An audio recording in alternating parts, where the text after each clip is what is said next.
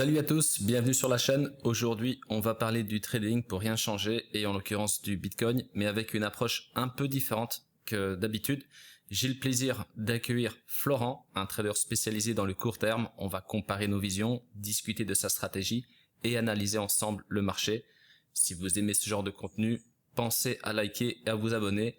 Avant de commencer, j'aimerais bien que Florent se présente. Il est déjà venu une première fois sur la chaîne YouTube et pour ceux qui ne le connaissent pas, Florent, je t'en prie.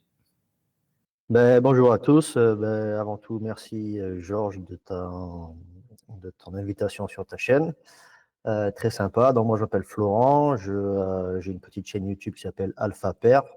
Mon truc, c'est le trading court terme sur principalement BTC, un petit peu d'alt, mais bon, 100% crypto.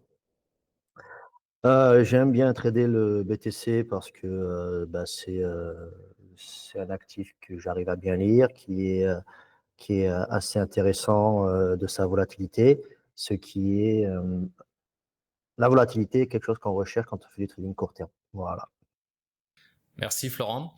On va commencer avec quelques questions et ensuite on fera un partage d'écran et tu pourras partager ta vision court terme du BTC. Ça peut être intéressant pour ma communauté parce que moi c'est souvent sur du mensuel, trimestriel ou de l'hebdo. Il y a moins de bruit mais on a le temps de voir les choses arriver et que sur du court terme ça peut déjà nous donner des indications sur ce qui va se passer dans l'après-midi ou plutôt demain ou en fin de semaine, etc. Donc je pense que ça va intéresser une bonne partie de la communauté. De ton côté, comment tu abordes le Bitcoin sur les unités de temps courtes? Comment ça se passe au quotidien? En général, j'aborde le Bitcoin avec l'idée, comme j'ai dit, de profiter de sa volatilité. Donc, que ce soit à la hausse ou à la baisse ou même en range, hein, il y a toujours des opportunités pour moi à prendre. Euh, je suis pas le genre à attendre des mois qu'un mouvement se produit. Je veux du résultat et c'est un résultat. Bon, enfin, moi, je suis quelqu'un d'assez émotionnel et j'aime quand les choses arrivent maintenant, quoi. Euh, Après, voilà, j'analyse en général en profondeur les mouvements en début de semaine, de ce qui s'est passé la semaine dernière, et quels sont les scénarios que je vais pouvoir anticiper. Je cherche des setups et je donne, enfin, je cherche les setups qui vont me donner un avantage statistique. Et après, j'aime bien prendre le marché en contre-pied. Donc, j'observe beaucoup les réactions émotionnelles des traders et je lis les datas. Euh, En gros, quand ça panique, je m'intéresse à l'achat. Quand ça s'emballe, je m'intéresse à la vente. Ça peut paraître assez simple, mais voilà, ça demande quand même une solide expérience et de savoir distinguer rapidement les retournements et surtout d'avoir une capacité de tourner sa chemise en 5 minutes, quoi. Mais ouais, en fait, ouais, dans le court terme, on peut très bien être haussier et 15 minutes plus tard changer de camp. C'est ce qu'on voit plus rarement sur les unités de temps longues, comme j'utilise beaucoup, ou je partage beaucoup sur YouTube. Et de ton côté, tu utilises quel indicateur? Est-ce que tu en utilises plusieurs? Est-ce que comme moi, tu es essentiellement orienté sur un seul indicateur? Voilà. Moi, déjà, j'ai un très bon indicateur. Il s'appelle Slashcoin. C'est un indicateur qui est pas mal sur YouTube. Je, non, je te suis beaucoup parce qu'en fait, tu me prémâches le boulot avec Ishimoku, qui est un indicateur qui est relativement pertinent, comme tu arrives bien à l'expliquer dans tes vidéos. Et quand on te suit, c'est vrai que c'est un indicateur pour moi, sur du moyen terme qui a sa place. Donc tu le fais à ma place, donc je l'utilise pas. Euh, mais ça me permet, moi, de voir s'il y a des points des zones de cohésion avec moi, les zones que je recherche sur du plus court terme. Plus il y a de cohésion entre les zones dans les unités de temps, plus ces zones-là vont être pertinentes et vont avoir des réactions fortes.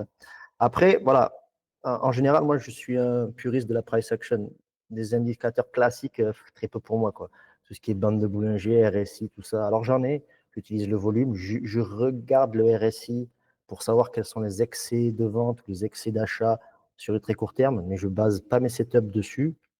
Après, j'utilise quand même, alors j'utilise l'imbalance. Je ne sais pas si ça te parle, l'imbalance.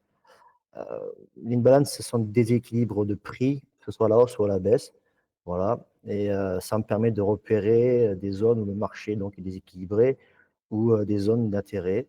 Après, j'utilise aussi pas mal les retracements de Fibonacci. Voilà. Pourquoi? Bah, parce que beaucoup de gens les utilisent. Beaucoup de stratégies sont fondées sur les retracements de Fibo. Beaucoup d'indicateurs ont dans leur base de calcul les retracements de Fibo, ce qui fait que plus de choses, enfin plus de gens, plus de traders s'en servent, plus les réactions vont être évidentes. Donc ça, c'est un indicateur que je regarde beaucoup sur TradingView, hein.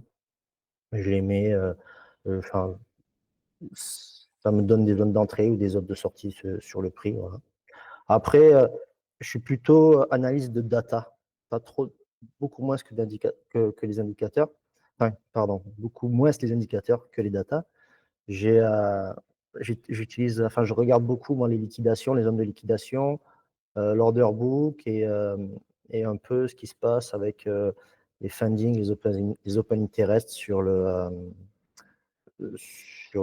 moment où je veux trader. Voilà. En fait, ça me donne un peu le biais des acteurs de marché. Et bon, après, il ne faut pas se leurrer, c'est pas nous qui faisons bouger le marché.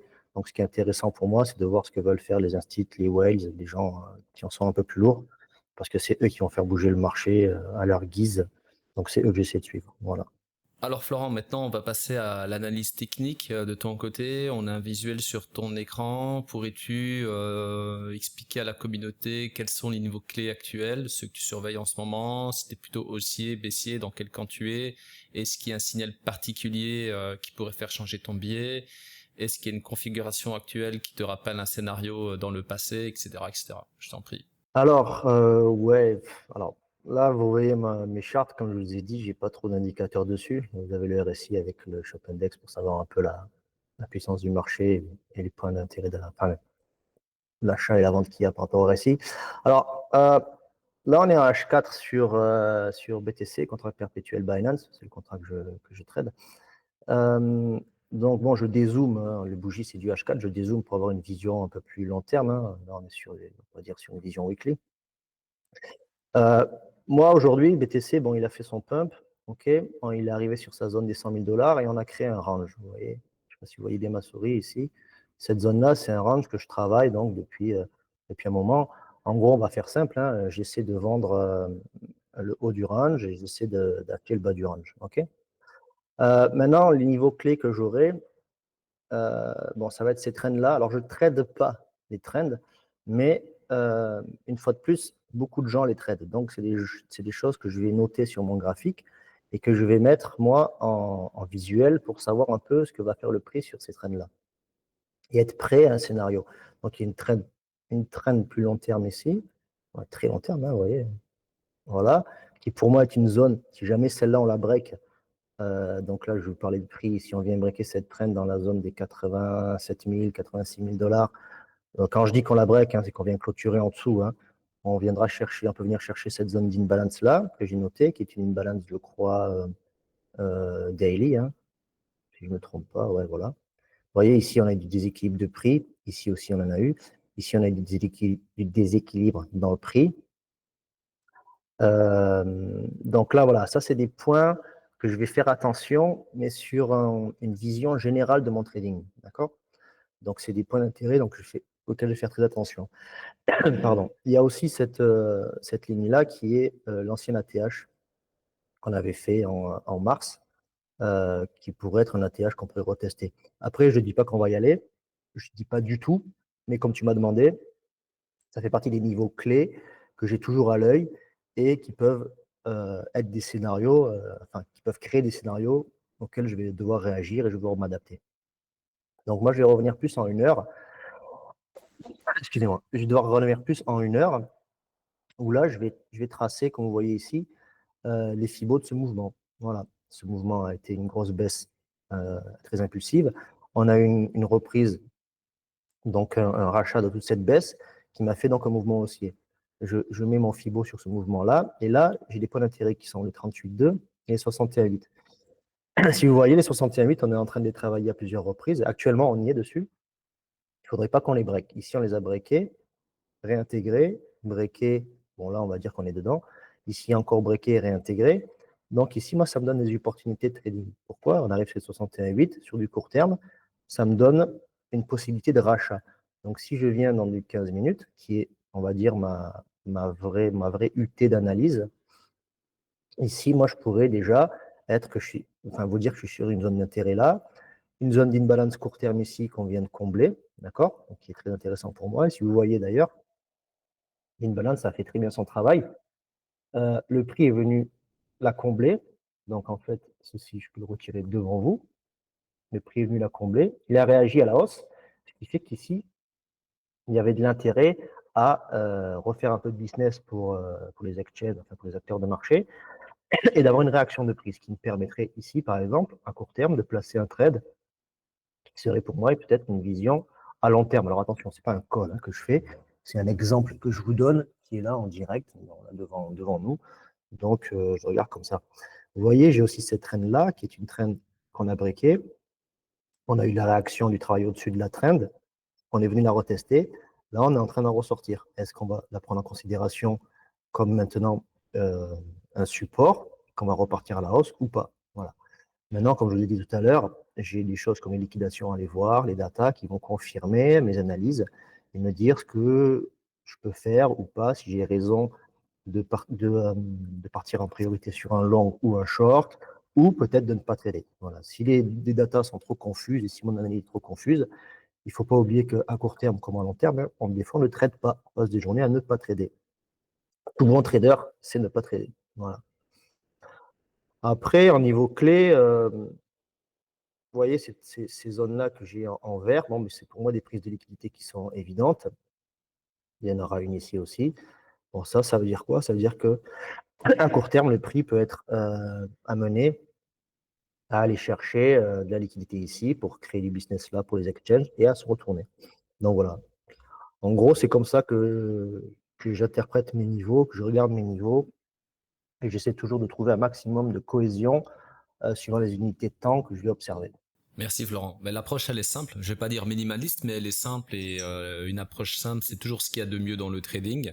Je vais maintenant partager un graphique de mon côté et ensuite on pourra débattre sur la différence entre les unités de temps courtes et longues. Donc voilà, on est sur un graphique avec beaucoup plus de recul. On est en mensuel, BTC contre le dollar sur Bitstamp.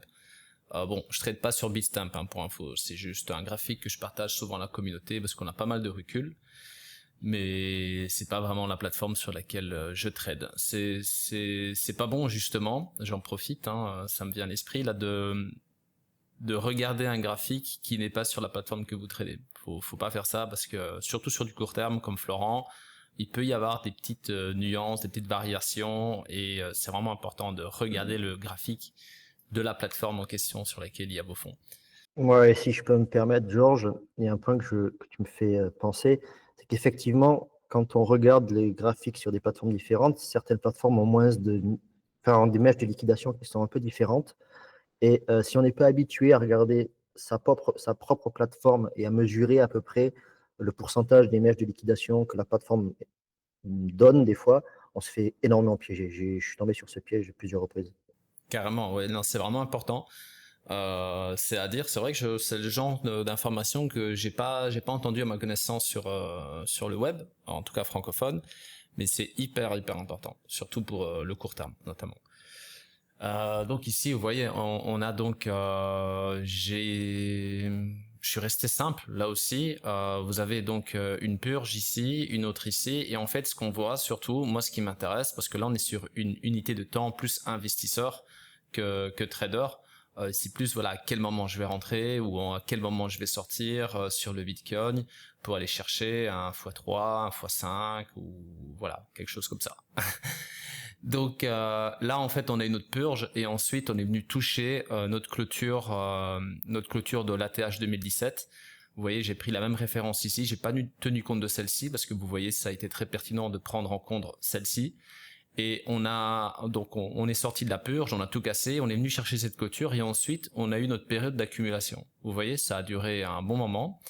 Et ici en fait on a reproduit le même schéma mais pas au même moment. Vous voyez, regardez, on a notre purge, on consolide un peu ici, on casse tout, et ensuite là, on n'a pas juste touché notre clôture de l'ATH 2021, on l'a brisé. Et on a eu notre période d'accumulation au-dessus. Donc ici, on l'a eu en dessous, et là, on l'a eu au-dessus, et ensuite, on a pulsé. On commence à approcher du support, on a clôturé dessus, on est reparti ici. Il fallait vraiment que les acheteurs se réveillent, et puis on a eu un narratif à ce moment-là, donc avec Trump et tout, et ça a aidé. Et là, maintenant, de nouveau, on est sur une consolidation. Donc on est vraiment sur quelque chose de très propre, mais ce qui est intéressant, c'est qu'on a moins de marge d'erreur sur le mensuel parce que voilà, il y a beaucoup moins d'informations et on peut vraiment tomber sur des graphiques très pertinents et pas que sur le Bitcoin, sur le Gold, sur le S&P 500, sur beaucoup d'actions. Et vous voyez, on a ici on sort de la purge. On vient donc rechercher notre niveau, idem ici, on l'a fait juste après.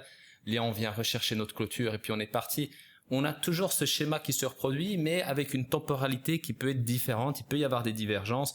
Idem sur le récit, on a pas mal d'informations et ça nous aide à prendre des décisions d'investisseurs. Parce qu'aujourd'hui, je pourrais très bien vous dire, on est toujours sur une tendance haussière, et on pourrait même très bien tomber ici, par exemple aux alentours des 72K, et qu'on reste haussier sur le Bitcoin. Alors, pour ceux qui sont sur du court terme, qui sont professionnels, ils vont comprendre mon approche, mais pour d'autres, ils vont se dire, mais qu'est-ce qu'il raconte? Il a dit qu'on était haussier, on est passé de 96 à 72 000 dollars, c'est n'importe quoi. Mais voilà, ça c'est le mensuel, on peut très bien continuer à être haussier malgré qu'on va avoir de grosses bougies sur les petites unités de temps, et vice-versa. Donc c'est une approche totalement différente, mais quand on sait lire de grosses unités de temps, on sait prendre des décisions, et pas rapidement, justement, on a plus de temps à prendre des décisions sur du mensuel, donc on est plus posé, et on peut y aller aussi en plusieurs étapes. Florent, je te laisse la parole, j'ai quelques questions à te poser, justement sur cette approche court terme vs long terme. De ton point de vue, le trading court terme, est-ce qu'il est plus rentable que du DCA ou du swing trading sur le BTC? La question piège.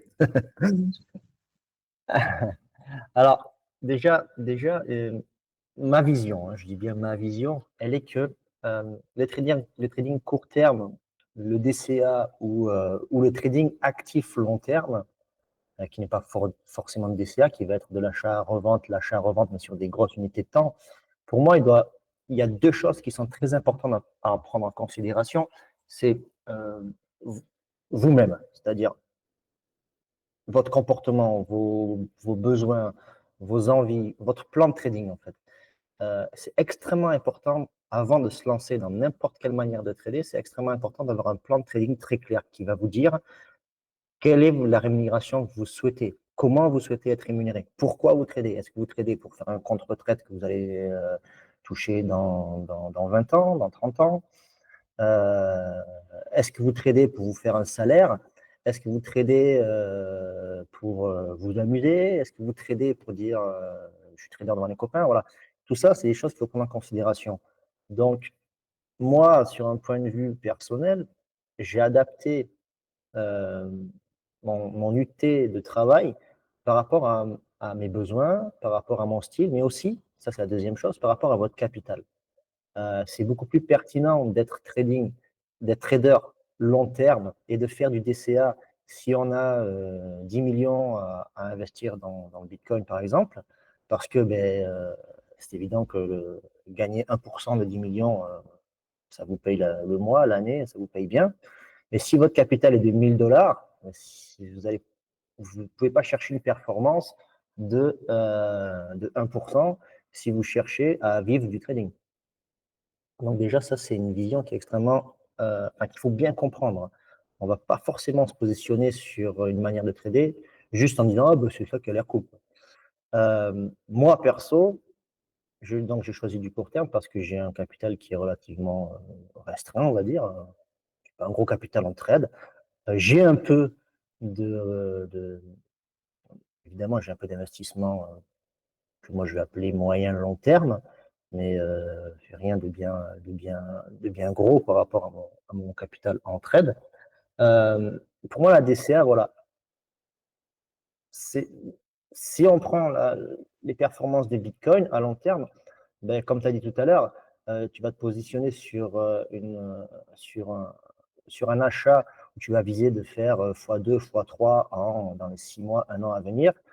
Moi, je suis plutôt à la recherche de performance d'un minimum, vraiment minimum de 20% par mois, voire si je peux faire 80 à 100%, enfin, je l'ai fait, quoi. 20% par mois, c'est vraiment énorme, hein, bravo. Ouais, c'est déjà beaucoup, c'est déjà beaucoup. Mais quand on maîtrise bien son risque et qu'on est beaucoup plus actif, donc en court terme, on a beaucoup plus d'opportunités d'achat, de revente, d'achat, de revente. Voilà. Moi, je travaille avec des stop loss, évidemment. J'ai aucune peur de perdre quand je perds un trade. D'ailleurs, un trade perdu, ben, voilà, c'est erase, hein, c'est un trade comme l'autre, c'est prévu. Dans ma gestion de risque, je perds 1% de mon capital sur un trade, ben, c'est comme ça. Je connais mes datas personnelles, je connais mon win rate, je sais pourquoi je rentre dans un trade et je connais la capacité du R que le trade peut me rapporter. C'est-à-dire que si, par exemple, le trade ne me rapporte pas 2 fois ce que je suis capable de perdre, je ne rentre pas dedans. Voilà. Bon, tout ça, c'est de la gestion de risque. C'est une chose extrêmement importante en trading. Pour moi, c'est même la chose la plus importante. Il y a des traders qui ont des mauvais win rates, mais qui ont de tellement bonnes gestions de risque qui sont rentables. Voilà. Alors, dans les grandes lignes, pour moi, le trading court terme est plus rentable, oui, que la DCA. D'accord.